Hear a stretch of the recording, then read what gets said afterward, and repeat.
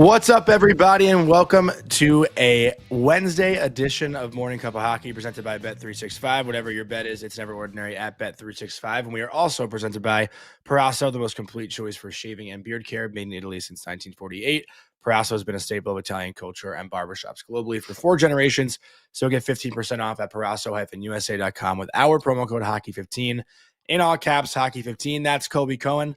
I'm Johnny Lazarus, and we got a great show for you today. We got Elliot Friedman joining in about 20 minutes after a hit that he does with NHL Radio. And then we got James Duthie, first-time guest from TSN. Very excited to talk to James about his book, Certified Beauties, which, Colby, I'm not sure if you know this, actually features me for one story.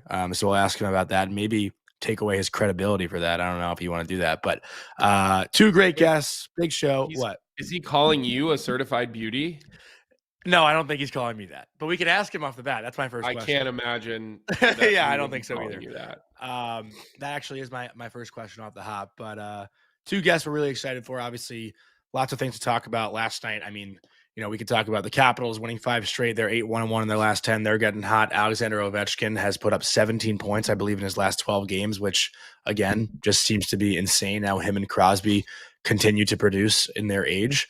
Obviously, Carter Hart gets his first win in his first game back in what was a wild game out in Vegas. I only caught the third period in overtime. Yeah. I saw the third in overtime, and I got to tell you, that overtime was the perfect case as to why the shootout should be gone. Even though Bedard scores that gorgeous shootout goal and Vegas ends up taking it in the shootout, the 5-on-5 or the 3-on-3 for 5 minutes was so end-to-end, back and forth, nonstop action. I think Jake Ottinger has talked about it.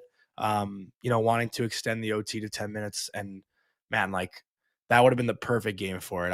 It was like 1 a.m. and I was on the edge of my, bed watching it. It was so exciting. The Blackhawks, again, they're like must-watch hockey. Yeah, they're must-watch hockey. They really are. There's so much to like about the way that Chicago is built right now, too, because, you go into this rebuild and everybody's always concerned, what if the guys don't pan out? And you're seeing these guys grab roles, and they don't look like guys that are placeholders either. I mean, you've got 4 of your top 6 with Green, Bedard, Nazar, and Moore, all draft picks, first and second round picks. And I think ultimately Green probably ends up a little further down the lineup when this team eventually starts to add through free agency and trades. But then you have Slaggert and Doc, who look like they're, pretty good bottom 6 guys. And then on your back end, I mean, 5 of your 7 defensemen who are in that game last night are all draft picks.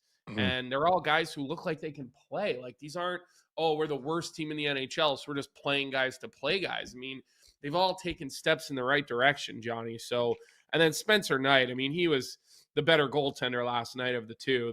There's no doubt about that. I mean, he, 2 of the goals that he lets in go off of his own players, and then the rest of the game. I mean, the saves that he made in overtime are just incredible.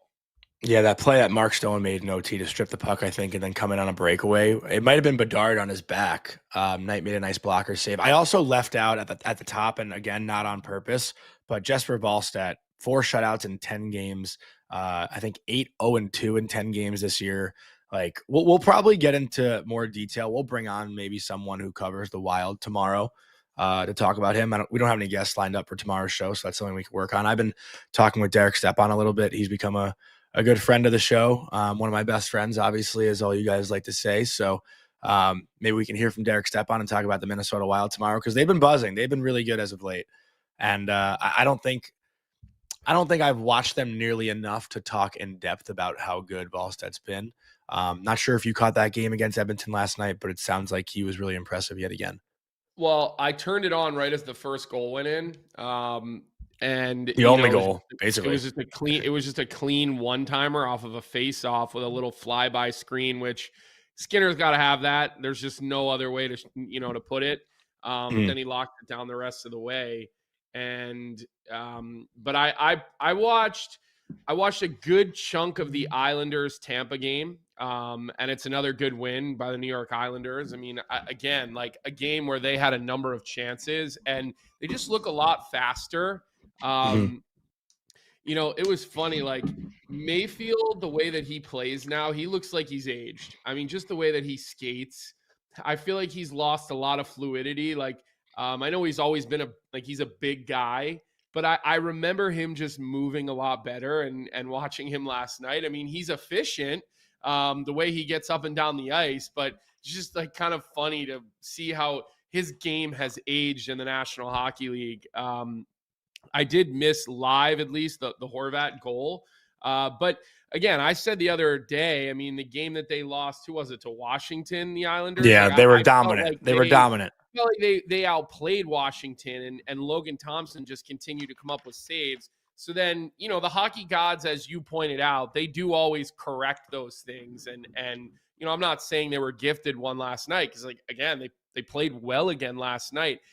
What surprises me with the Islanders, and then I do want to talk about Carter Hart for a couple of minutes and just Yeah. like because I watched the first 2 periods of that game, but they just look so much faster. And why is that? I mean, they haven't made that many changes. Obviously, Richie's up with the big club right now, and Schaefer can just absolutely skate like the wind. It does seem like anytime I'm watching the Islanders play, like Shabanoff, you just keep hearing the name. He flies. Shabanoff, He Shabanoff. flies. Every time he's on the ice, Brennan Burke is talking about he's got the puck on his stick. He's drawing guys in and moving the puck. He's all over it when you watch the Islanders play. So there are some new names, and Barzal does look to have gone back to that gear that we haven't really seen.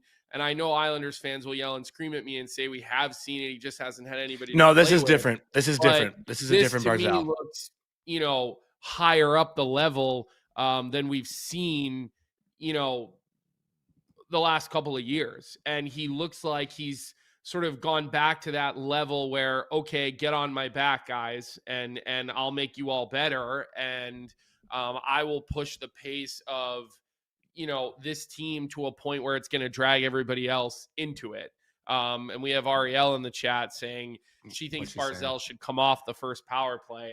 I don't know if that's bait or what she's looking to accomplish with that compliment, but just a much faster paced team. Like, they don't look 40 years old on the ice every shift right now. No, I agree. I've been saying it for weeks. I feel like they're a fun watch.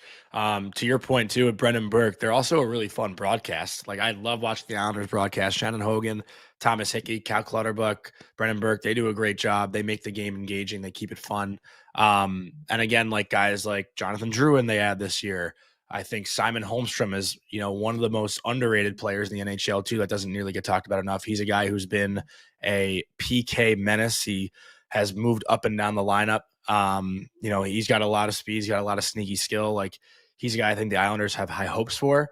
But again, the pace they're playing at from the back end that I think Schaefer has really added. Like, Schaefer has just rejuvenated this group. Like, even when he's – and it's crazy to say, even when Schaefer's not out there, it's like it's still impactful. But, he's really rejuvenated the whole team. Let me comment on that for a second. And this is my comment there, is that I think, Johnny, I know you want to give that to Schaefer, and I agree. I mean, like, he gets a big hand in it, but we can't overlook the play of Sorokin. I mean, yeah. When and you have a goal, what'd you say? And Riddick, David Riddick. And really good. Let's just say the play from the goaltending position. When you are getting this level of play from your goaltender, the amount of confidence that it gives the rest of your lineup. I mean, you're skating downhill instead of uphill, right? You're taking opportunities and chances that maybe you don't do. And so, I think you got to really look at how well Sorokin has played, how well Rittich has played when needed. Sorokin played again last night. So we were talking about that. We weren't sure, would they go back? Who was getting that game basically? But we assumed, with it being a big game against Tampa, you'd see Sorokin, especially Sorokin. Vasilevsky obviously is what you want to see. But I think a lot of the credit goes there, Johnny. I'm not taking away from Schaefer, because again, you watch him last night. He just, no moment feels too big for him.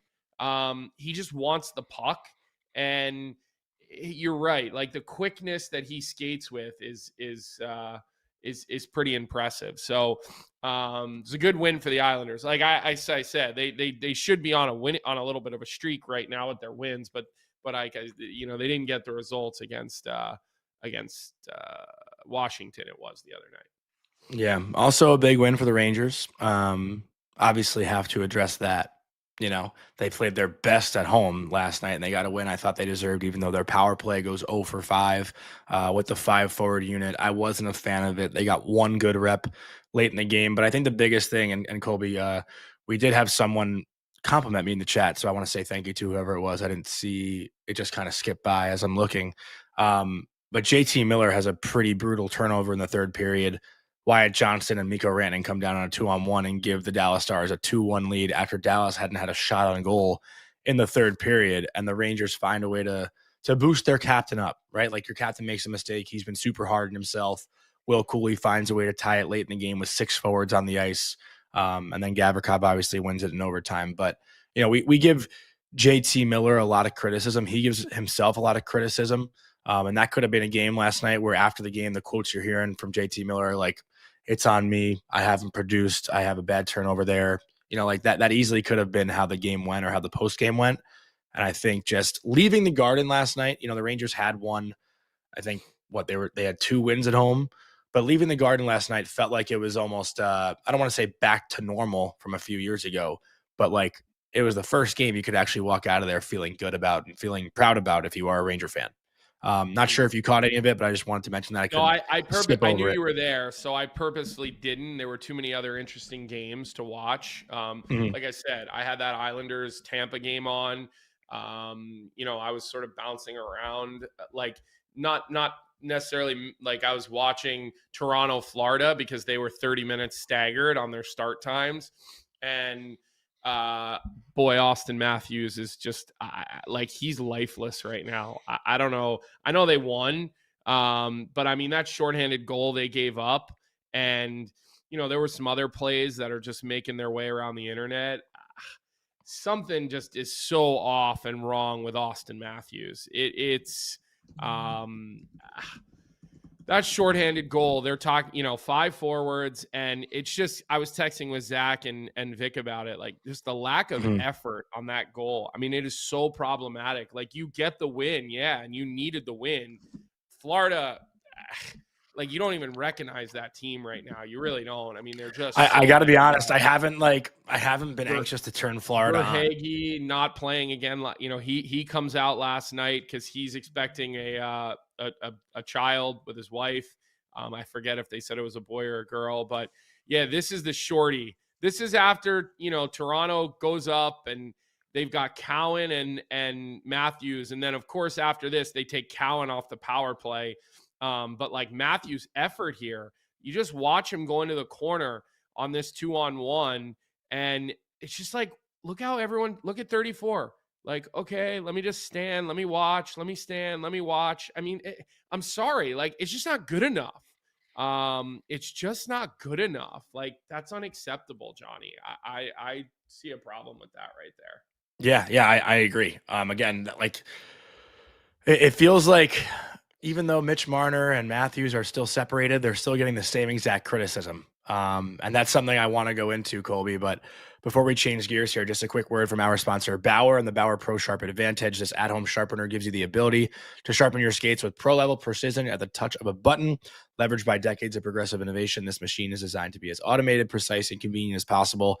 Easy to use, the Advantage features an interactive touchscreen, user profiles, and has readily available how-to videos and troubleshooting tips to have you ready to sharpen like an expert, whether you're sharpening skates in your garage, at the rink, or even on the road. The Advantage at-home sharpener ensures that your skates are always game ready. So learn more about the Bauer Pro Sharp Advantage at Bauer.com. And like I was saying, Colby, Matthew's still facing criticism. We have Vic saying this morning, will he ever be the same?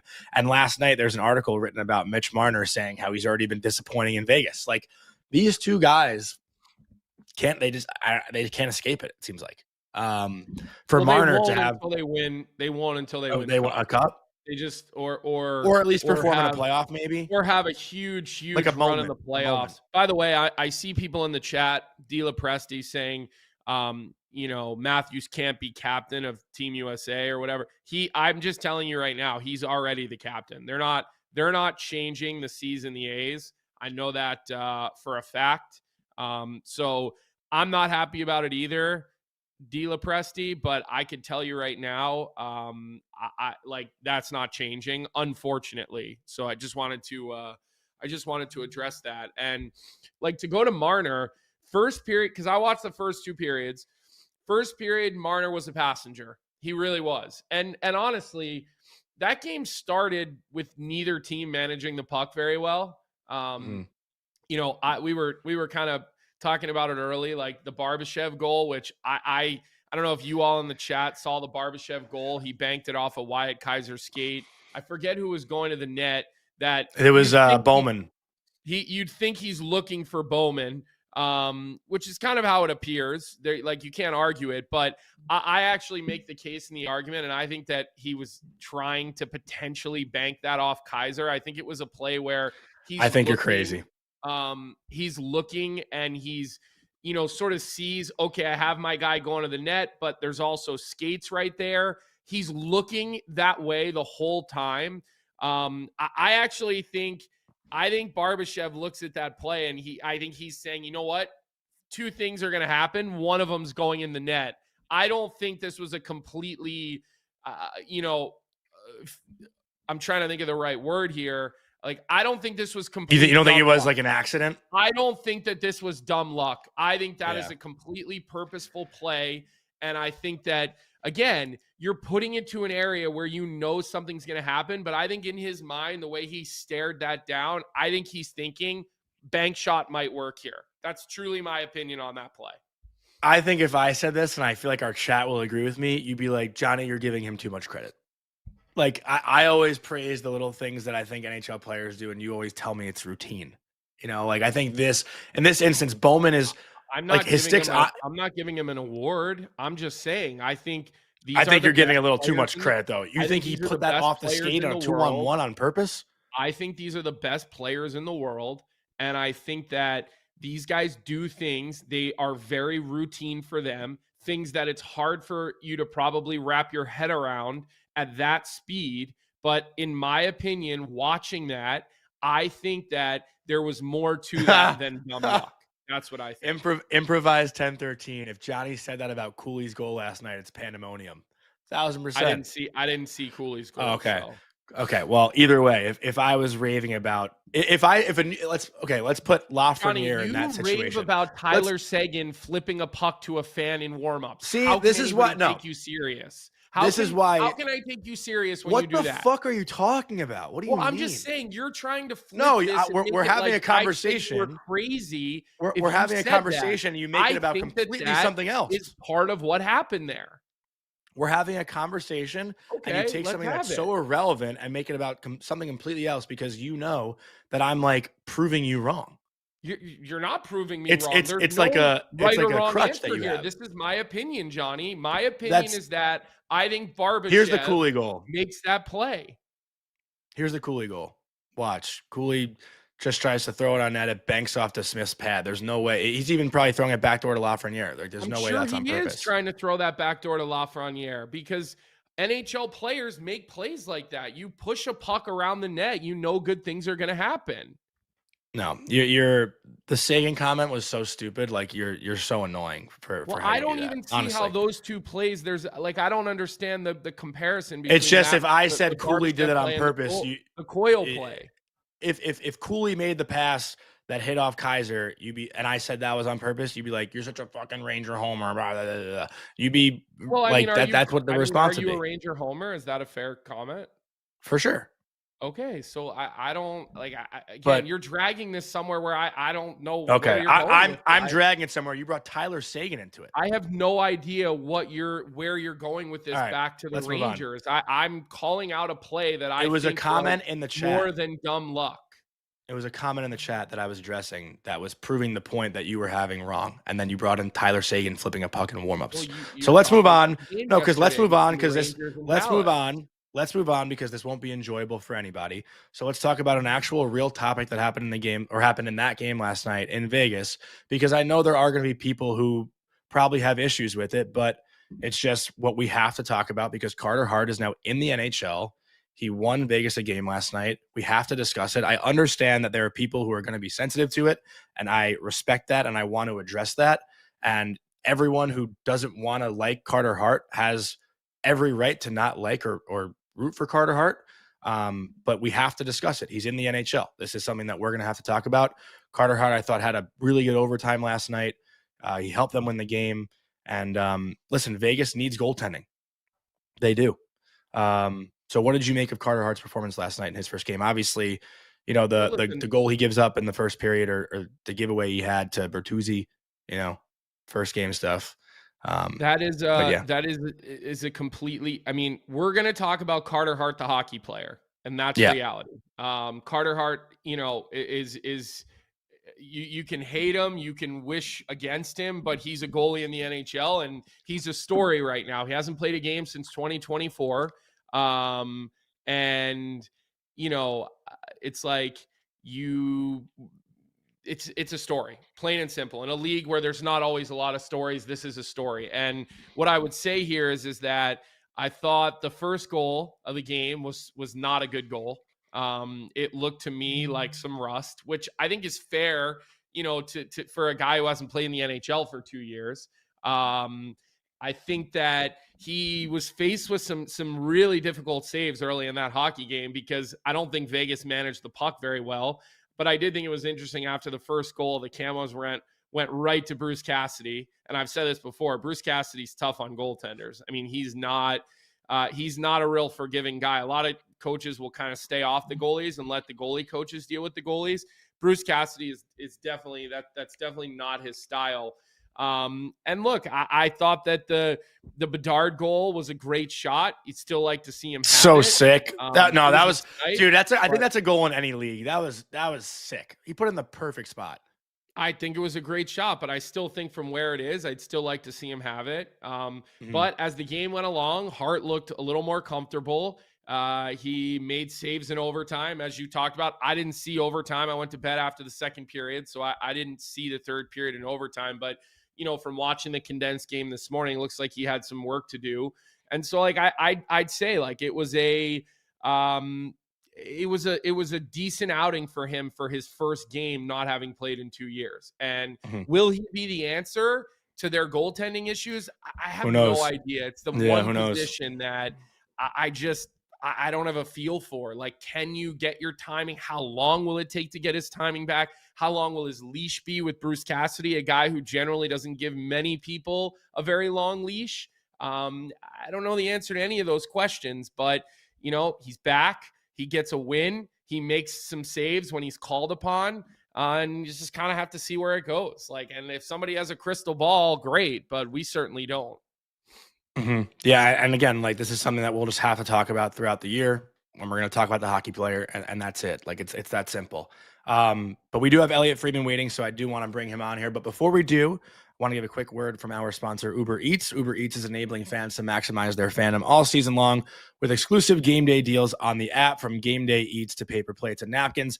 If you're hosting, to all the ingredients you need to make your favorite game day dip before, during, and after the game, Uber Eats is assisting every fan's hockey experience all season long. And as you know, with Uber Eats, we always crave the stats. So today's stat of the day: Sidney Crosby has 18 goals in 25 games played. He's now 15th in goals all time, passing Dave Andreychuk.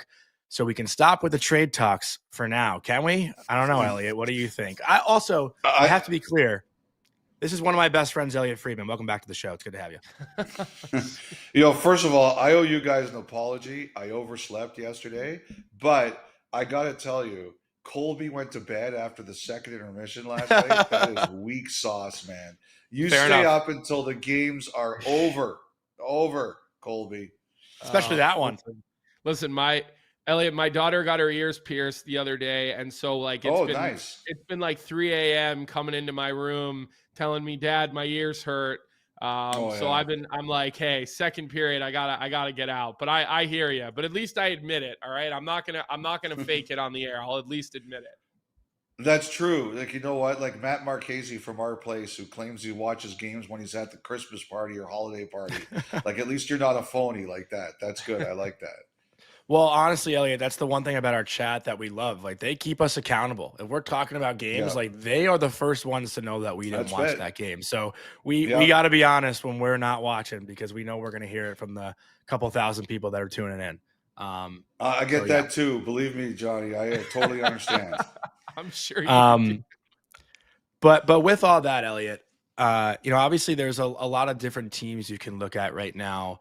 Minnesota is a team that's interesting to me, just because, again, like, as good as they're playing and as good as their goaltending's been, they got to play either Dallas or Colorado in the first round of the playoffs. Like, if you are the Minnesota Wild right now and you're Billy Guerin and you want to reward this team in any possible way, like, what are the Minnesota Wild's options right now? Like, they're a team to me that's so interesting, because it looks to be clear that they're probably a playoff team right now, but I wouldn't expect them to make any crazy moves. I do think first of all, there's a big injury check today, right? Like, Tyler Seguin got hurt last night. Yeah. So Yeah. that's a big one. We'll see where that goes today, and hopefully he's okay. That guy's had too much injury issue. I don't want to see any more trouble for him. But I think he's been looking for I think he's been looking at both forwards and defense. Like, I think he's in on Sherwood. I think that's a player that has interest to Bill. So that's one guy I think they're looking at. I think I don't know how quickly Vancouver's going to move here. Like, I'd initially thought, guys, that Sherwood might go by the end of this Vancouver road trip, but I was told to dial that one back, that's probably not going to happen.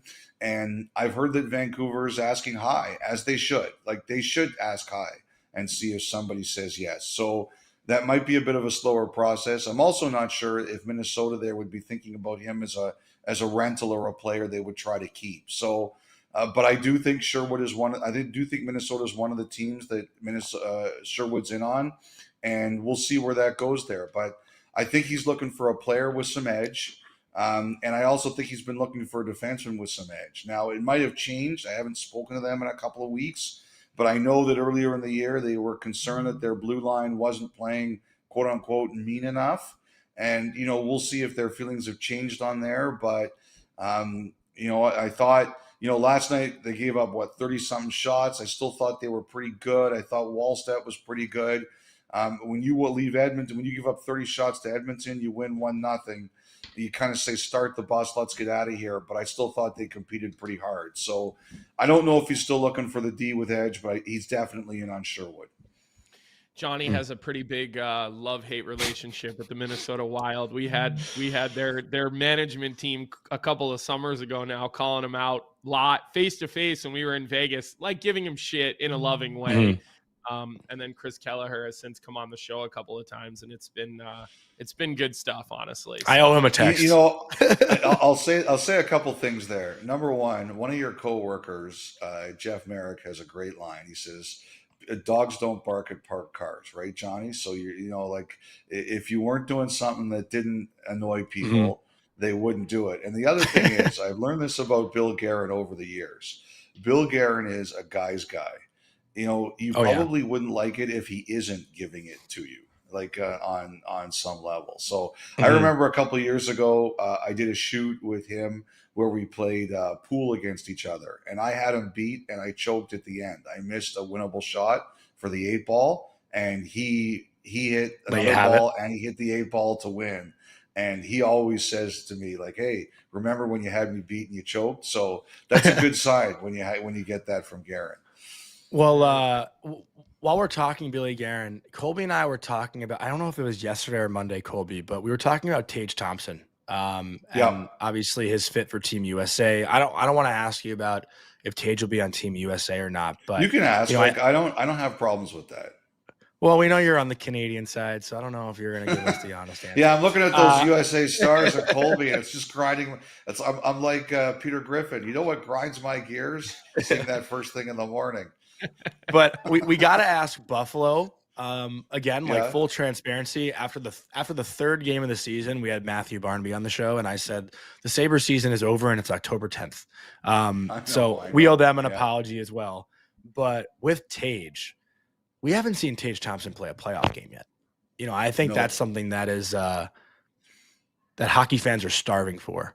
And at some point, you got to think maybe Tage is a guy that's highly sought after, but it seems like he has no intention on leaving Buffalo.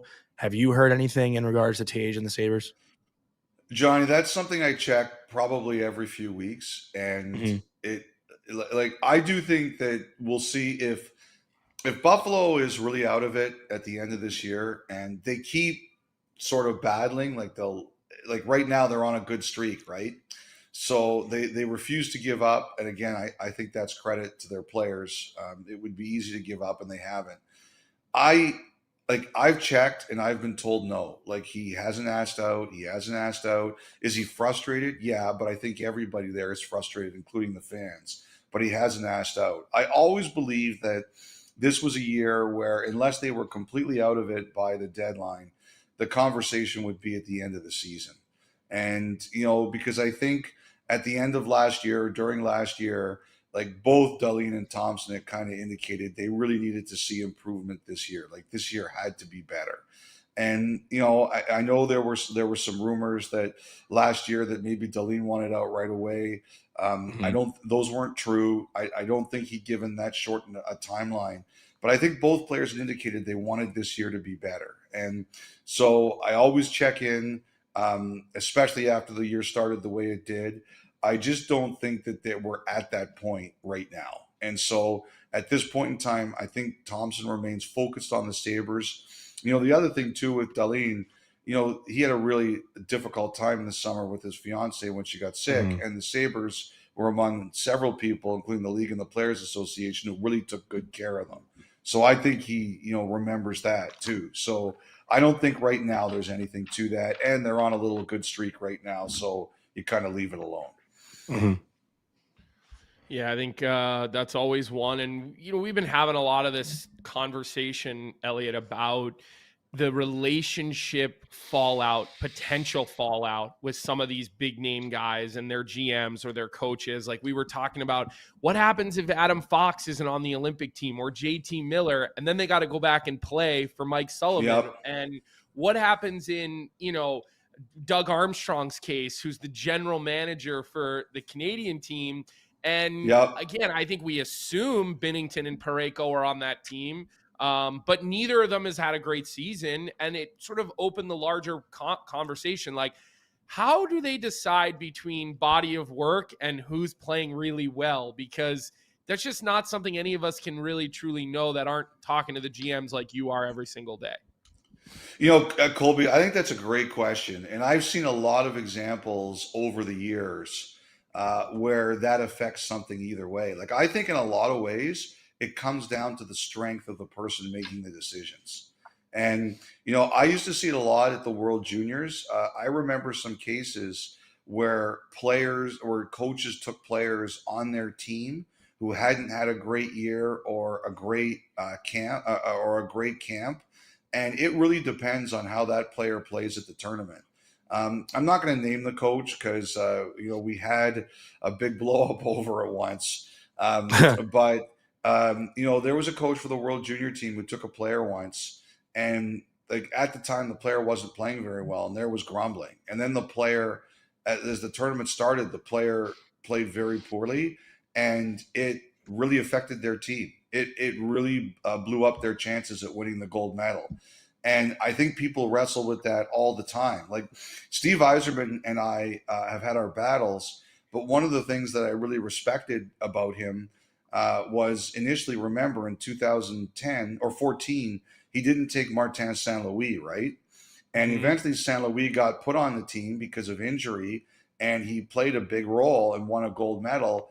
But St. Louis never forgave him, and he got traded from Tampa to the Rangers. But Yzerman did what he thought was best for Team Canada, even though it hurt his NHL team. Now, I think Binnington's going to be there. I know he hasn't been very good, but to me, what he did last year at the Four Nations, especially in that overtime, to me, he would have to have a save percentage of 200 not to make the team. And also, what also has happened, guys, is look at Team Canada's goaltending. Like, Hill's hurt, and he's not supposed to be back till Christmas at the earliest, and that looks doubtful. And Montembeault has really struggled. So, you're looking probably at him, Logan Thompson, Darcy Kemper, and Scott Wedgwood probably is the fourth. And Wedgwood got hurt last I night, was although just they going to said ask it you wasn't about bad. that. Yeah. Yeah, they said it wasn't bad. They said it was Okay, good. precautionary. So, Yeah. so like, and another thing too about Doug Armstrong is one tough SOB. Like, I think he makes the call that he thinks is best for Team Canada. And I'll say this too about Parayko. When Parayko was with the best players, he played great last year. Agreed. And I think that's gonna matter more than how St. Louis is going this year. Yeah. No, I think that's totally fair. And I actually think the more with the Fox and J team, like that stuff is a little more fascinating to me on the New York side, especially because you've got Sullivan, Quinn, you've got Drury. Drury. Like it's really intertangled there, and there could be some shockwaves to that. Sticking with the Olympics, that's why I think Colby Fox's injury timeline is going to be the interesting thing. Same with Hellebuck, right? I can see some NHL teams are starting to get really nervous about this. Like they understand how badly guys want to play at the Olympics, but I had some guys saying to me this week, you're gonna see some interesting stuff with the injuries. Like you're gonna see teams that might never get out. You may never hear about it, but you're going to hear about teams pushing back on some of these guys being hurt. I don't think they can really stop them if they know how much these guys want to play at the Olympics. Yeah. And if their doctors clear them, they're going to go. But teams are really going to be holding their eyes. Well, is there going to be for sure hockey at the Olympics? I mean, I think so. Yeah. Can I ask you about the rink thing though? Because it's going to be like Merrimack. Forget the fact that it's delayed in construction, but Elliot, how do they mess up the ice size? Like, please explain this to us in a way that we can understand. Because when I saw Pete DeBoer's comments, I'm just like, this can't be right. I mean, what? Like, I'm not challenging Pete DeBoer. Like, I love Pete DeBoer, but like, I'm like, what the? Like, come on. Well, the reason I know Pete DeBoer's right is because Doug Armstrong had given an interview about a month earlier. I think it was in Dallas, and he said the same thing. So I guess that interview just didn't, Kipper and Bourne have a big reach. So I think that's what's really got a lot of the attention. I would say this. I got a note today from a fan of a European hockey fan, and he said if you go historically through it, that's not unusual for European rinks. And so I have to actually do homework. Guys, I was told when I went into sports journalism, there would be no homework. Today, I've got homework. Yeah. And the other thing too, guys, you guys are lucky you're young. You're not a geezer like me. So you didn't live through the Boston Garden and Chicago, their rinks when they were all different. This used to be normal to us. And the other thing too is at the 2002 games, the one in Utah, Ken Hitchcock always said that was not a regulation NHL surface. It was the same length, but it was wider. It wasn't international width, but it was slightly wider than NHL. So I think we're in a situation where guys are just going to have to deal with it. I mean, you don't want it to happen. I think one of the things I was really interested about was yesterday, The Athletic had a story about it, and it didn't seem like the NHL and the NHLPA knew about it. Like it seemed like that this was something that was a surprise to them, but it wasn't a surprise to the teams. What it says to me is that if you go back to the Four Nations, like Connor McDavid, I thought had a great tournament considering like they checked him to the ground. Like the American players did an unbelievable job just making life hard on him because they were all committed to playing two ways, right? And it's going to be with less ice, it's going to be even more now. Yeah. And I watched Connor Bedard last night. Some of us stayed up to watch that entire game, Johnny. And I was up. Like, I in the day before. That's why. That's right. That's why I had extra ability to stay up. That's good. Colby, I love that. Dish it out, take it. Dish it out, take it. The thing is that it's like in open ice, like I give Bedard all the credit in the world, man. Like he knows this debate is going on about him, and he is playing unbelievable. And then I see Tom Wilson scored last night too. He knows the heat is on him. He's playing unbelievable. I look at this and say, if it's 4 inches shorter, 4 feet shorter, then I wonder if they're going to say open ice, there's just not going to be any of it. Like, I do wonder if that's going to be their final determination here. I actually kind of love the idea let me just make of the one comment here, Johnny, Yeah, and then no, you can go. But I just will say this: like Johnny made the joke about Merrimack. I was just going to do that again. Something him and I are used to from our college hockey days. I mean, at BU, our rink was actually, instead of 85, it was 90s, and BC's the same way. You get 2.5 extra feet, but then you go to Merrimack and you lose 2 feet. UMass Lowell, you lose 2 feet. And I'll tell you, those games feel, even though it's only Much a tighter. couple of feet, it feels tighter, more on top of you. The corners are even more shallow. So as much as it's only a couple of feet, I got to tell you all, it does make a big difference. Like, it is not just a nothing burger, even though it's such a small amount of space in theory. I remember I my totally first time agree.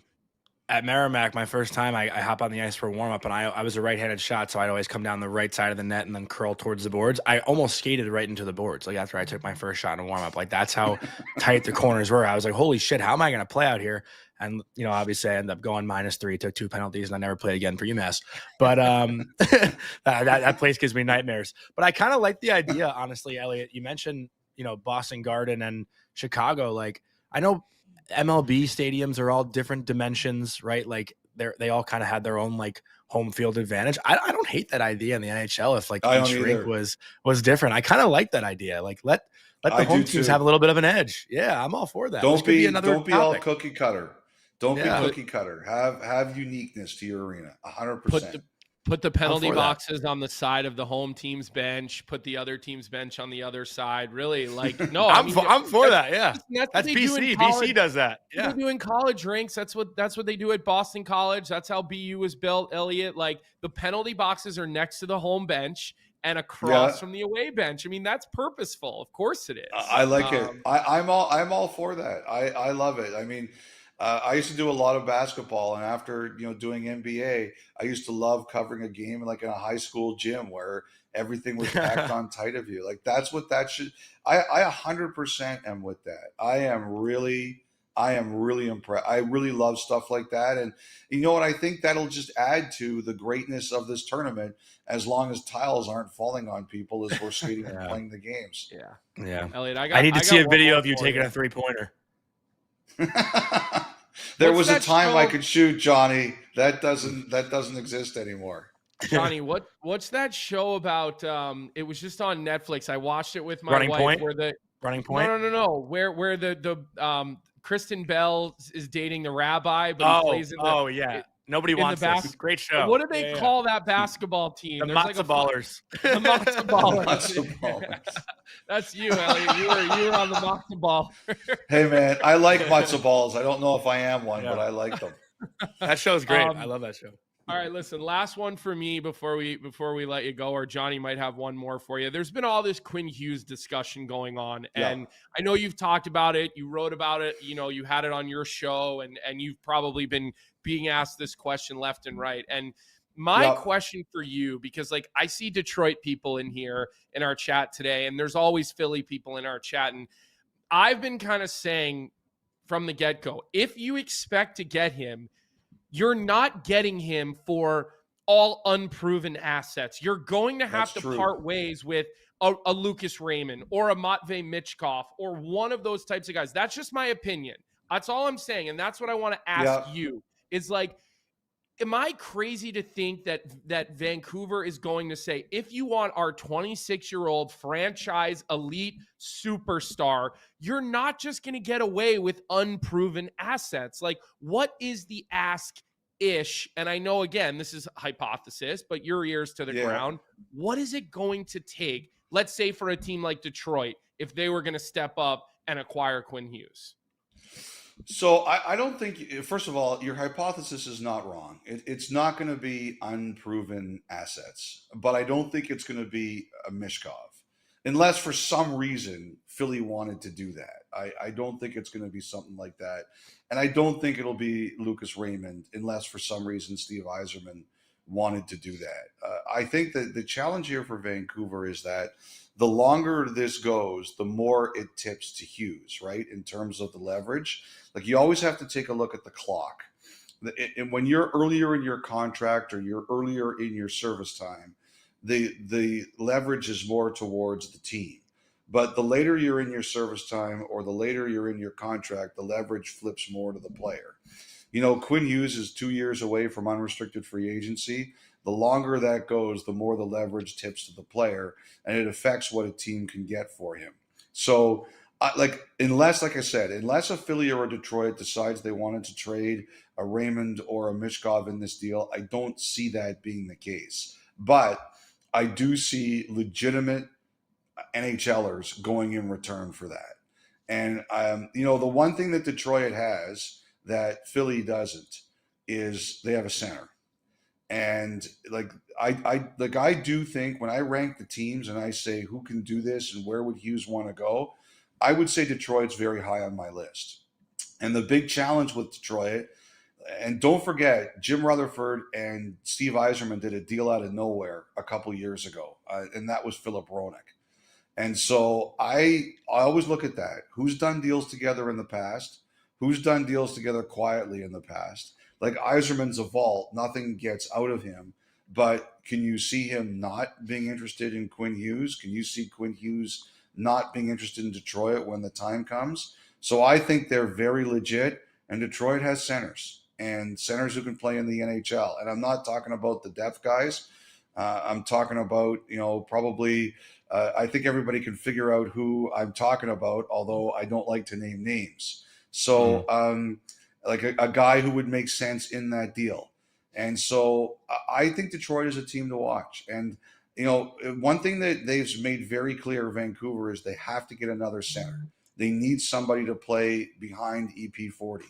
And their best chance to do it is if they end up trading Hughes. So if that happens, I'm looking at teams that have like a number 2 center that can play with Pettersson, and Detroit has one of those guys.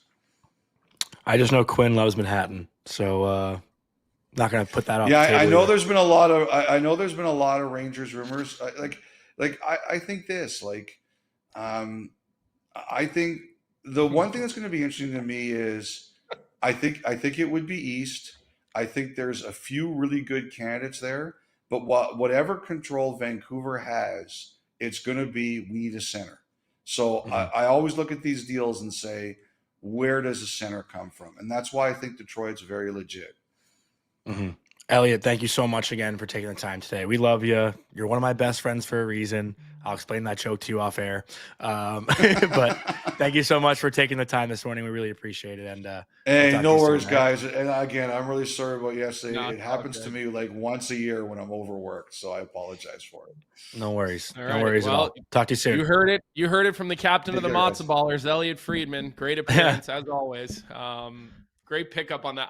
I couldn't remember the name of the show or the basketball team, but it just came right to my head when he was talking about his 3-point shooting. So I love watching hockey players shoot a basketball. Like professional athletes have never looked more uncoordinated when you see a hockey player shoot. There are some that could play. Like I think I remember talking didn't Patrick Kane play basketball or something? I think he might have been a point guard. I told you stories about Kaner, and you know who else is unbelievable at basketball is Van Riemsdyk. He's because I said those guys are freakish athletes that probably could have been professional athletes. I'd love to hoop with JVR.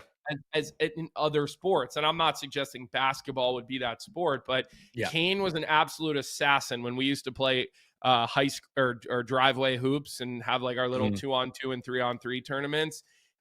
He was an absolute assassin in those, like when we were playing at the national team. So and JVR wasn't far behind. And the same thing if you were to go have a baseball catch with Van Riemsdyk, or you put him in the infield and you hit one down to third, he's throwing a stripe to first base. I mean, he looks every bit the part whether it's throwing a football, shooting a basketball. So there are definitely some guys like that, Johnny, that are just, they're such gifted athletes.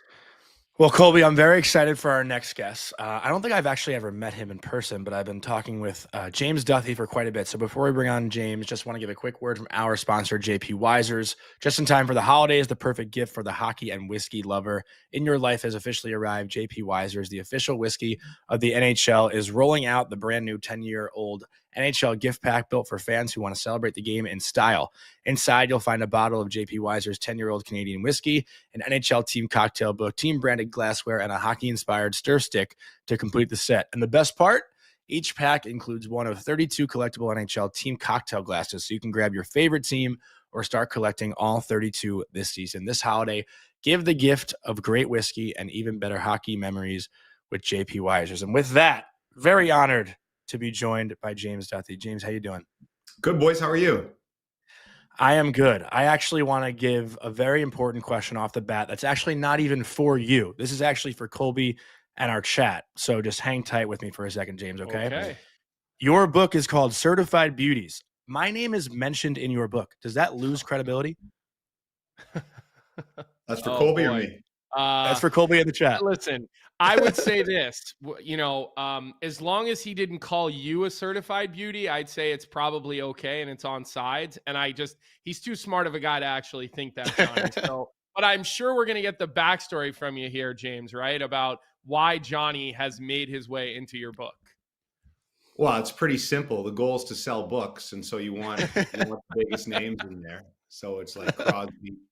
I should instead on the cover, Sidney was good enough to write the forward. So it says, Certified Beauties by James Duthie with Sidney Crosby. I was going to put Johnny Lazarus as well. Johnny Lazarus right underneath that. No, I'm not too familiar with the process, but is there a backward? There's no backward. You could do the backward. I could have written that. Okay, we have an agreement. Oh boy, he's a celebrity in his own mind, James, and I'm always fascinated to hear from people. Like we've had Kenny Albert on here who wrote a book. I remember when my cousin Molly wrote Molly's Game, which she originally had a ghostwriter for, fired the ghostwriter and wrote it herself. I didn't know that was your cousin. That is my first cousin, and so I remember when she went through that process. So for you, what inspired you to do it, and what was that process like for you? Because I always say people who sit at the desk and facilitate like you do, I say this about Butchie, like you guys are artists. Like I actually believe there's an art form to what you guys do, and so now you kind of go pen to paper with an art form, and I'm always just fascinated to learn about that. Well, thank you. That's a stretch. I think I've never been called an artist before. I'm going to now put that on my byline of my Twitter handle or whatever, because sometimes we're more like traffic cops, artists, same things. But no, I think it was, Colby, exactly what you say. All those years hosting the panel, I've been hosting the NHL hockey panel since 2002. And the greatest thing about the job is you get to sit beside all these guys. Bob McKenzie was on one side of me forever. Darren Drager's there now, Jeff O'Neill, Cheryl Pounder, etc. But for years we would have this rotating cast of players, current players, ex-players, coaches who were between jobs, guys like Paul Maurice and Torts. And when you're doing the panel, it's different from play-by-play. You do have a lot of downtime, right? You do a pregame show, you do the intermissions, and the rest of the time you're kind of sitting around eating pizza, watching the game. And during that time, inevitably, it's just hockey guys talking hockey. And you would get great stories from guys. And I think quite often they'd be, I don't know, maybe they trust you and they tell you stories maybe they wouldn't tell usually in the media. And after a few years, I was like, man, if I should do a book of these stories. And I think that was the genesis of the idea for it. And sort of branched out from there. Along the way you hear, as you guys do, you hear a great story from somebody in hockey. I have this theory, even though people say hockey players are boring, and, in the intermission interviews that we do, quite often they are, because they say all the same cliches, right? But it's the middle of the game. What do you expect? But if you can get a guy on like you do on this podcast or sitting down in a bar for an hour, almost every hockey player, boring or not, has at least a few great stories. And so that was my premise, is just get, if I could just ask you to tell me one great story that you would tell your buddies sitting in a bar, something that takes people behind the curtain, you know, whether it's something that happened on a road trip or a crazy game or whatever that may be. That's all I wanted in the book. I wasn't planning on asking this, but you kind of just sparked this like memory in my brain, James, and something that I seriously like. I admire you so much for how you have the ability to get people to open up. Like your interview style is very conversational, and it's honestly something that I like aspire to be like with my interviewing style. And I remember watching an interview. I grew up a huge Ranger fan, still obviously a big Ranger fan, which is well documented. But you did an interview with John Tortorella, like it must have been 10 years ago when he was in Vancouver. Yeah. Yeah. And that was the first, like he talked about his relationship with Brad Richards, and that had not made it anywhere public, I feel like, in New York. And that was the first I had heard of it. And you can just tell that he was so comfortable and trusted you in telling you that I never heard anything else about that. Right. Like that was news to me. And I think anyone who watched that probably wouldn't have known that story between Tortorella and Brad Richards. And I'm not going to ask you to explain it, but the way John Tortorella spoke to you in that one-on-one, and Colby and I have talked about Torts now for as long as we've been doing this show and how much we love him, but he doesn't talk to everyone the way he talked to you in that interview. And I advise anyone who hasn't seen this interview to go back and watch it. I don't know if Torts is in the book or not, but that was a great one-on-one. He's in the First Beauties book for sure. I'll quickly tell you that story that's in the first book because it was Brad Richards who told me. And, you know, just condensed version of that. They had a falling out in New York, but the love between them, I think, is still pretty strong. And, you know, they were sort of able to reunite at a Lightning reunion afterwards. Short answer to your question, I don't know if it's as much my skill as just the time and relationships when you know, Torts worked on the panel for a half a season and you get to know somebody pretty good doing that. And so hopefully you develop some sort of trust where when the relationship becomes professional again, you know, they trust you to talk to you about things like that. That would be my hope anyway. Just quickly, the story that is in that book, because it always makes me laugh. Just it's such a Torts story. I'll get a little detail wrong. They either played the Rangers or the Devils in New York. This is the Tampa team. I think it's the year they win the cup. And they lost 5-0. So let's say they lost to the Devils. And, you know, they're staying at the same hotel in Manhattan and playing the Rangers like 2 nights later. And they have a practice scheduled, but Torts, they're supposed to get dressed at MSG or whatever. I guess they go over to Chelsea, the rink at Chelsea Piers. Yeah. So he says, I want you to get dressed in full gear, which I don't know if they usually do or not to get on the bus. So they all get dressed in full gear and get on the bus. And Torts gets on, doesn't say a word. And they start driving towards Chelsea Pier, but then they just start driving around Manhattan, like kind of one of those double-decker tourist bus. Like for 3 hours, they just drive. And Torts doesn't say anything, just up and through the streets of Manhattan. And finally, they just come back to MSG. And I don't know if Torts actually said this at the time or told them later, but essentially he said, you wasted 3 hours of my time last night, so I'm going to waste 3 hours of your time. Wow. So the Tampa Bay Lightning in full gear drove around Manhattan for 3 hours on a bus. Oh, wow. God. That's Torts at his finest. These guys can be so vindictive when they're emotional. It's so funny, like, because he's not like that. I mean, when you meet that guy, you realize what a nice, caring soul he is. But then that switch goes off in these guys' brains, and they just become so competitive. They get lost in the intensity of the game. I mean, I talk about Bruce Cassidy on here all the time, and what a tough, like what a difficult guy he was to play for. But you know, I think about if I had him as a 37-year-old versus when I had him as a 20 to 24-year-old, just how much more I probably could have appreciated it. And Torts, I get these coaches, Colby, when they're on the panel, they're so different because I think a hockey coach, and this probably goes for any sport, between jobs, they're themselves. They're the way they are normally, which is quiet and soft-spoken and funny. And then when they get the job, the intensity of the 24/7 nature of it, just Torts was the guy who surprised me the most because I'd never met him, I don't think, before he got handled. I'd been in a few scrums, but until he joined the panel, I'd never met him.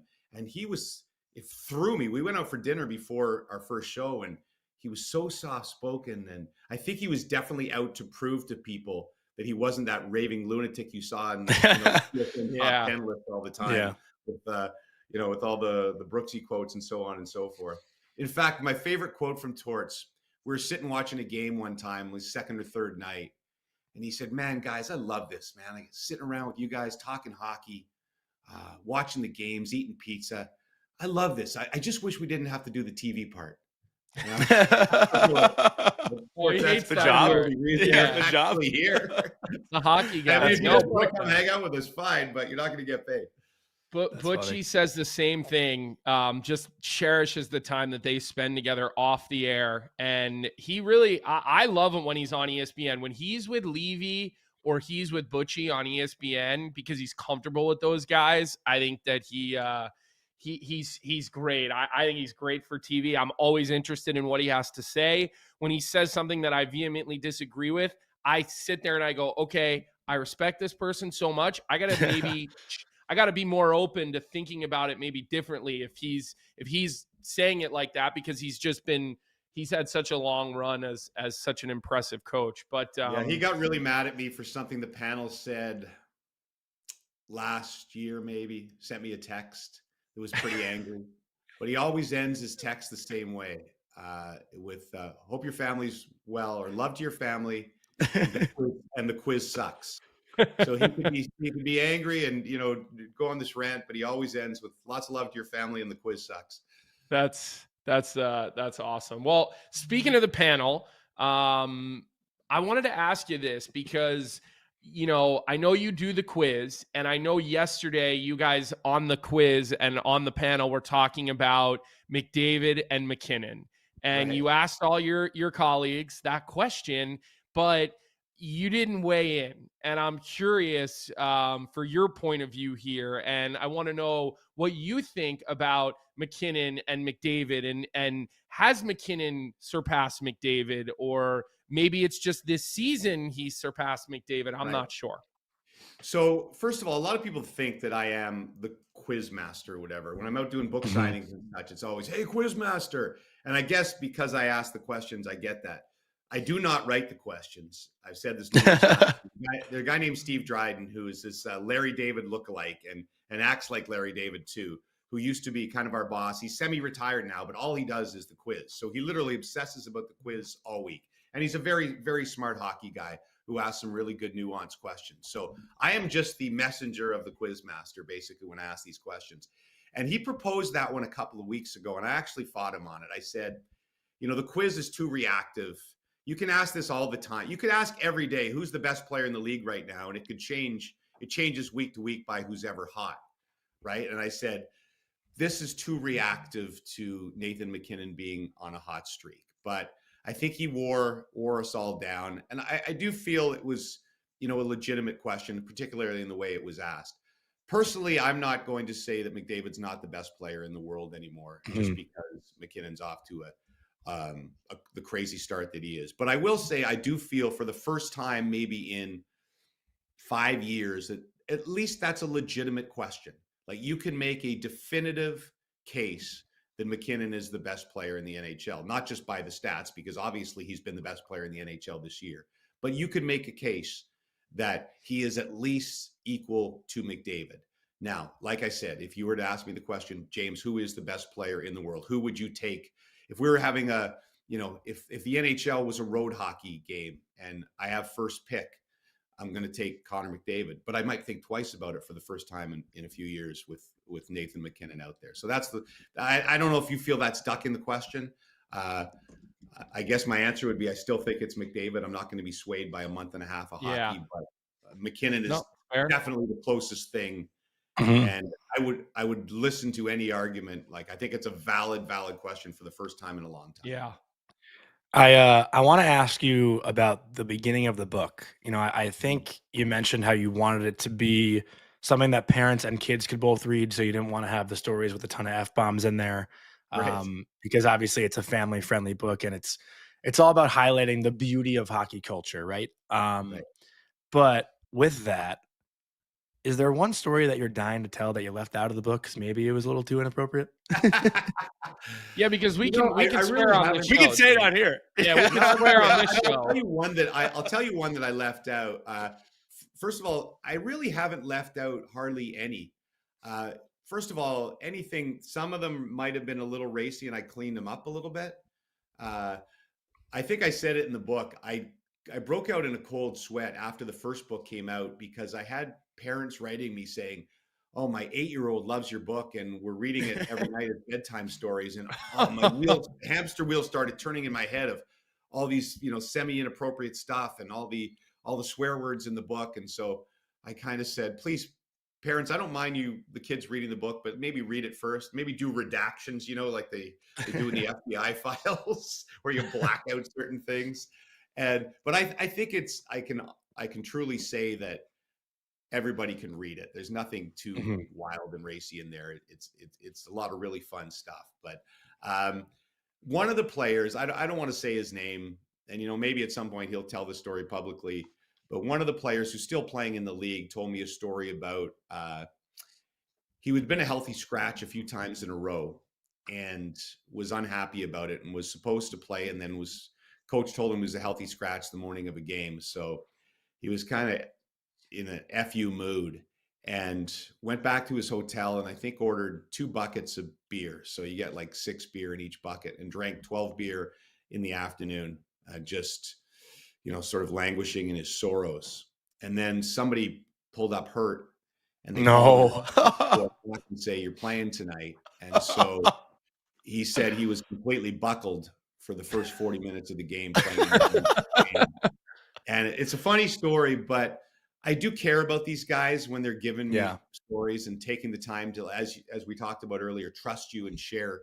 And so when he finished, I said, I don't know if you want to put this in the book. Like, I don't, you're still in the league, first of all. I don't want this to get back to, Gary Bettman or whatever, or, necessarily if your kids read it someday and say the one story I put in this book that lasts forever is that you were drunk on the ice.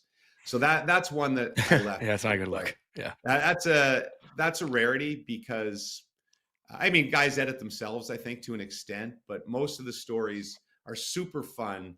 But there's I think there's kind of an innocence to them as well. I had actually a teammate. I go. had a teammate that had a run. I played with him at numerous levels, including the National Hockey League, and my albeit espresso shot of a career is that he had to go out the night before a game until like 3 or 4 o'clock in the morning. And he felt like playing guilty was the only way that he could be focused enough because he knew I don't feel good. So like, I better get my brain dialed. I don't think a lot of guys are doing that anymore, but no, even that's a dying art. I remember Aaron Ward used to be on our panel back in the day. You a great storyteller as well. And I think I might get this wrong. Either it was the Eastern Conference Final or the Stanley Cup Final the year the Canes won in 2006 when he was a big part of that team. And he was in a big rut. And, the coach or the trainer or somebody told him exactly that. And he went out and got hammered and played a terrific game the next night and, went on to be a big contributor as they won the Stanley Cup. So an old school thing that, I don't think the 21 and 22-year-olds are doing that anymore.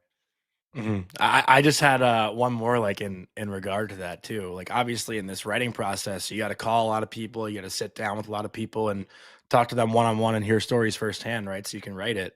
Who is the most enjoyable guy to sit down and have a beer with in this whole thing? Man, like, you're probably asked that a lot, I imagine. Yeah, that's like so asking him who his tough. favorite That's so kid tough is. to pick, It's kind of like picking your favorite kid, which I do have a favorite kid, but I just can't say. Of course. So do I. It's fair. I've had so much fun with so many guys sitting down. Like the last book, Kelly Chase and I met at a hotel in Toronto, and he told me Brett Hull stories for a couple of hours, and thinking so much about Kelly right now the way he is. Now my doorbell's going to ring because there's a handyman here and I'm in the middle of a podcast. Can you guys do like 10 seconds of film? Yeah, absolutely. Go ahead. Yeah, no, go ahead. You Do play your like thing. the Do your elevator thing. hold music and I'll be right. No, listen, I'll ask you, I Colby. think If you could have a beer with one guy right now in the NHL, who would it be? One player, current guy. a current player. Yeah. I was gonna say Gretzky. That's who I was. Well, gonna yeah. say. That's I want to ask current. Yeah, like that was what I would say. That kind of came right to the top of my head. And the reason I was going to say him is like Kenny and those guys are always telling me how much they cherish the playoffs when they get to hang out with Gretzky and they get to travel with the panel. And I'm sure his stories are just and I actually got to stay at Gordie Howe's house once because Travis Howe, his nephew or his grandson, coached me. So we did a hockey camp in Detroit and I got to stay. He was in his early 70s at the time, Gordie, and he was still, we went to the driving range one day. He was 70 hitting it like 350 and his elbows were like all the way down to here. But so his stories were pretty incredible too. He was starting to have some health issues at that time though. So his voice was like really low and like really sort of, like even, but I'd have to think a little bit harder on it, Johnny, to think if it was a current player I'd want to do it with. But Gretz would be the guy that I would love to sit down and drink beers with. So we'll go back to you, James, now. Yeah, sorry. Obviously guys like that, when you can sit with Sidney Crosby or Wayne Gretzky or somebody like that, it's amazing. But I will say probably the most enjoyment I get is like some of the real characters, the lesser names, the fighters. Zenon Konopka is in this book. And, he's unreal. I wanted, one story from Zenon. I only asked guys for one story. And by the time we were done 4 hours later, he told me a story from every one of the stops on his career. And so I actually wrote that. It's one of the longer chapters in the book. It's called 19 Teams, 17 Broken Noses, and 2 Bunnies, because he's got pet bunnies. And, Jason Strudwick, who is another guy, unbelievable. Todd Simpson, Darcy Hordachuk. Darcy Hordachuk has a chapter with 15 different stories. One of them involves him capturing an alligator and leaving it on Roberto Luongo's porch. It's those guys, like the old time fighter guys, just have so many tales. And I think that there's always a disproportionate amount of those guys in my book because they're some of the greatest characters. So it never gets old sitting with those guys. Terry Ryan, I sat with for I think 5 hours and couldn't shut him up on stories. So guys like that are just, I could spend weeks with them. Zenon Konopka is an unreal one.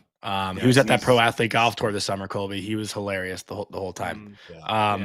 Sean Thornton's a great guy to drink beers with too and be around. I mean, I see Hatrick Swayze in the chat says it's a lazy answer to say Gretzky. I mean, listen, I don't. That's my personal the guy. Kind of fair though. I would say like that's who I'd want if you gave me one player. That's who I would want to be. I mean, listen, Tyson Barrie is one of the funniest guys I've ever humanly been around. I've been able to drink beers with him before, so that one's not on the bucket list, So the other thing is the guys I'm so lucky. The guys I work with, like Jeff O'Neill, Jamie McLennan, like Frankie Corrado, those guys are amazing storytellers. Noodles tells a story in this book about a night he goes out in LA and ends up hanging out with Kid Rock and a bunch of rock stars, ending up going back to Kid Rock's apartment. O-Dog tells a story about a night before a game, getting invited to the Playboy Mansion, and his curfew was 11. He ends up going to the Playboy Mansion, and the only guy he gets hit on by at the Playboy Mansion is Kevin Spacey. So that's a God. All right. Well, listen, we're grateful for your time today. You can get Certified Beauties on Amazon, and that what Audible I was just going to ask you, it's in the chat. Placement for you. There you go. People have been asking if there's an audiobook. I've been listening to it on audiobook. For those of you asking that question in our chat, you can get the audiobook. Johnny, where did you download that? Amazon? On Audible. It's called Audible. Yeah. Audible. I think it is like an Audible Amazon. and Amazon. Hopefully you can both get it. I'm not screwing people up, but this is the first time, by the way, guys, this is the 5th book I've written. This is the first time I've ever done like the reading of my own book, which was a really strange experience because I'm hardly, poets, and you sit there really weird in this audio suite going, and then Sidney Crosby sat on the bench. It's very strange. How many times did you have to do it? I think I was in there for probably I think the actual version, if you buy it, is like 9 hours long because that's how long it takes to. Yeah, it's around 9 hours. You feel so stupid because I don't see super well, and so I don't read very often. We don't use a teleprompter at TSN. We just talk, and so when you're reading out loud, like realize you make a mistake every second sentence. And every time you mispronounce one word by the littlest bit, the guy's got to stop you and start again. So you really feel dumb by the end of the entire process. But I haven't listened to it myself because I can't listen to myself, but it should be a pretty fun listen. Yeah. Well, you should have seen the look on my face when I heard you say my name. I was like, what the like that was a pretty cool surprise. What did I do? Oh, we should tell that story real quick. There's a Matthew Tkachuk chapter in the book. The book is bookended by a chapter, Brady Tkachuk, and a chapter on Matthew Tkachuk. The Brady Tkachuk story I've told a million times, so I won't bore your listeners. It's an amazing story about a prank with Claude Giroux gone wrong. And Matthew Tkachuk sort of talks about the Panthers the first year, the year they lost in the Cup final, and how he calls it the biggest group of beauties ever assembled. And the pranking that went on that team is beyond something I've ever heard before. And they were doing it right up to the end, where Johnny fits into the story on, at the Stanley Cup final on media day. I don't know if it was somebody had cut it was Nick Cousins. Montour and Nick Cousins. Yeah, it was Montour and Nick Cousins. Brandon Montour cut the crotch out of Nick Cousins' pants.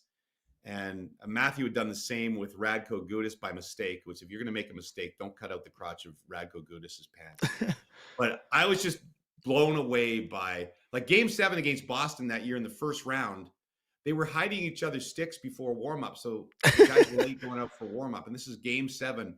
So he just spoke to how this was probably the loosest bunch he ever played with. And he really says it goes a long way in explaining, he thinks, setting the tone and the foundation for the team that would win the 2 straight Stanley Cups. 100%. Well, I'm sure. Like I said, starring Johnny Lazarus. I should have said Matthew Tkachuk's chapter starring. No. Exactly. Hey, it's an honor. He hears his name and his initial reaction is Jewish guilt, and he gets worried about it. He's like, "What did I do wrong? Am I in trouble?" That's his initial reaction. So get a copy of the book. I'm going to go for the audio book because I'm in the car a lot, so it'll be perfect. Usually I'm crushing those like 4-hour Joe Rogan episodes, and now it's going to be Certified Beauties. So I'll be sure to report back to our chat. I'm sure our chat will buy the book. We have a very, very loyal listener base, and so we're grateful for your time. You are one of the faces, I feel like, of international hockey as well. Whenever there's a World Junior going on, TSN, you guys are forefront on all that. So we get to see on NHL Network, especially during that time. So we look forward to that in the Olympic coverage and World Junior coverage, and we'll see you soon. Yeah, we need to get Canada through a quarterfinals at the World Juniors and get a Canada-USA gold medal game in Minnesota again, because we have that would be great. I think we want to see gold medal games with USA and Canada all day, every day, no matter what the level is. It could be sled hockey, and I'm watching USA versus Canada. 100%. I can't get enough of that. So James, we really appreciate thank you so much for having me on. Really appreciate both of you, and love the pod and the work you guys do. So thanks for giving me the time. Thanks, James. Anytime you want. We feel the other way around. So anytime. We'll take you anytime you got time for us. Absolutely, boys. Thanks, James. Have a good one. Awesome stuff. One of those voices. He's one of those voices that we've all heard for so long. You know what I mean? Even though we're American, you still know his voice. You don't have to see him and you're like, that's James Duthie. He has that unique sound. So then when those guys come on our show, whether it's him, whether it's when Kenny comes on, just, when Sam Rosen came on, when you get those distinctive sounds and those voices from hockey, I always love that. I do, because it's just, there's it's almost a soothing nature for those guys that have been doing it for so long, and we've all been watching for so long, having those guys on our show. So that's always a good one. It's also so funny. Like, I don't know if you experienced this, but whenever you talk to those guys for the first time, like, obviously you grow up a fan of a ton of different broadcasters, but when you become like friendly with them and have those one-on-one conversations and you hear them like drop an F-bomb, it's like, whoa, I've never heard this guy curse in my life. Like, I've heard you talk for 20 years. I've never heard the F word come out of your mouth. Like, it's just one of those like crazy, like weird double take things. Yeah. It's they let their hair down a little bit. You know what I mean? And I think that's how it goes, right? You get someone in their real sort of element. What? I don't know if D. Lee's being serious, but this comment in the chat, if this is true, is hilarious. I just pulled over a guy who was listening to the show through his Apple Play. LOL, slow down. He got a warning. Is that real? Hey, We're I gonna hope need some. so. Yeah, what? I That'd hope be so. wild. I love that. I Yeah. hope so. Tell them to speed up. All No, right, I was- Johnny. So I think we yeah, have we gotta talk about our friends at Bet365 yeah. and how's our betting been going lately? Have you been dishing out winners or what? Hit last night with ease. We had the under in the Islanders Tampa. I think that final was 2-1. And tonight we are going to take the Buffalo Sabres on the money line. So Bet365, whatever your bet is, it's never ordinary. At Bet365, down the app and get in on the game. Remember, you must be 19 or older. The Sabres, I believe, they've won 2 games in a row, and they are in Philadelphia tonight. The Flyers coming off that 5-1 loss against the Penguins, even though the Flyers have been playing pretty well as of late. I'm going to take my chances with the Buffalo Sabres. Like the way they're playing lately. They've won 4 out of 6, and they're only 5 points back of the playoffs despite being in last. Like, this team is not being written off yet, even though we wrote them off after 3 games in. So it's redemption time for the Sabres. And I am trying to get Tage to come back on the show. I was texting with him a little bit last week, so maybe if the Sabres win tonight, we'll have some luck and we can get him tomorrow. Not going to promise anything, but that's something I am definitely working on. Well, and the Flyers are without Tyson Forrester now. I mean, that's a big loss because he's playing really good hockey. And look, they're not a super deep team, right? So you lose a top 6 player and you don't, necessarily have all of the assets to get back in line there. And it sounds like, or they recalled Gunstrom. I think they recalled. I don't know. Gunner. I don't know Yeah, who it they was. recalled I him didn't see. from the Phantoms, and it looks like and I honestly can't pronounce the guy's name. The Russian guy they got from Toronto, Greb whatever. Grebenkov?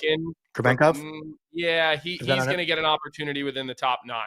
I don't know if it's off or Kin, but everybody knows exactly who I'm talking about, and he's. Let me look. Yeah, I know who you're talking about, and I probably just butchered it.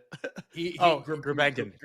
He's going to get an opportunity in the top 9, so it'll be interesting to see how that plays out for the Flyers. So I don't hate the idea, although the Flyers haven't had multiple stinkers in a row this year quite often, and I'd say the Pittsburgh game was a stinker.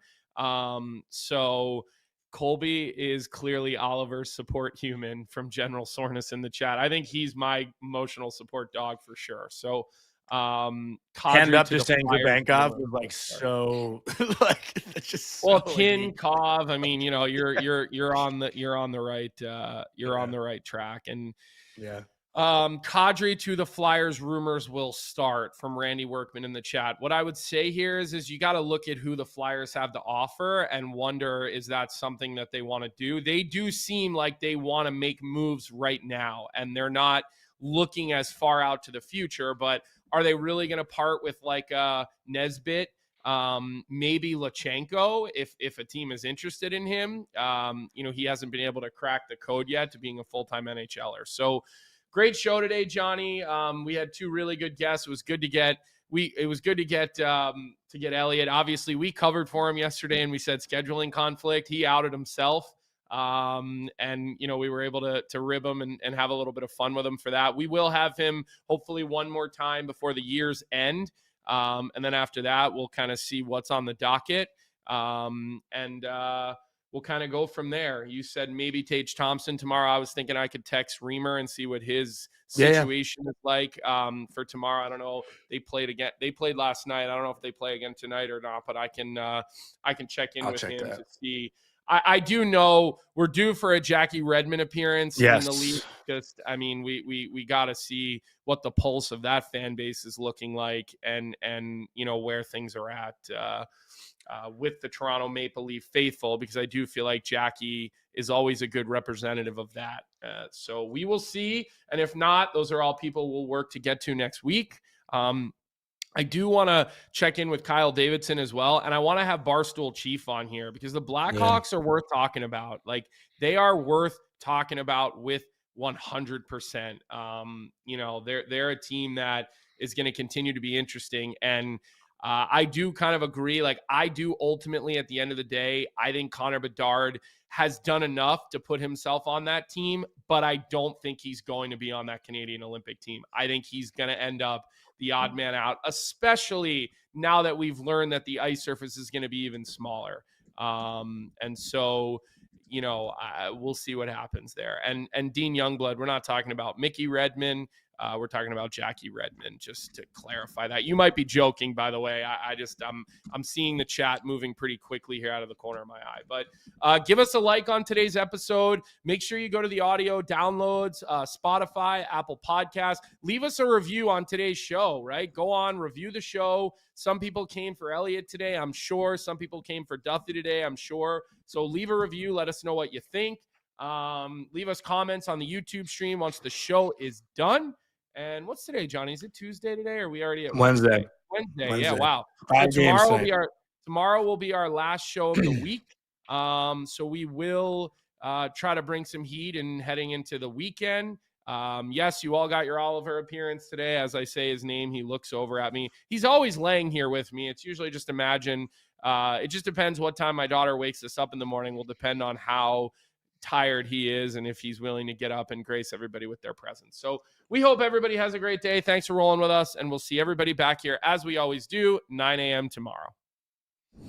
What's up, everybody? Thanks for tuning in to Morning Cup of Hockey here on the Daily Faceoff YouTube channel. If you enjoyed the show, make sure to hit that like button, subscribe, and turn on notifications so you never miss an episode. And don't forget, we've got more great hockey content every day. You can catch DFO live at noon and stick around for the sheet with Jeff Marek at 1 p.m. right here on Daily Faceoff. Until then, keep your coffee hot and your takes hotter.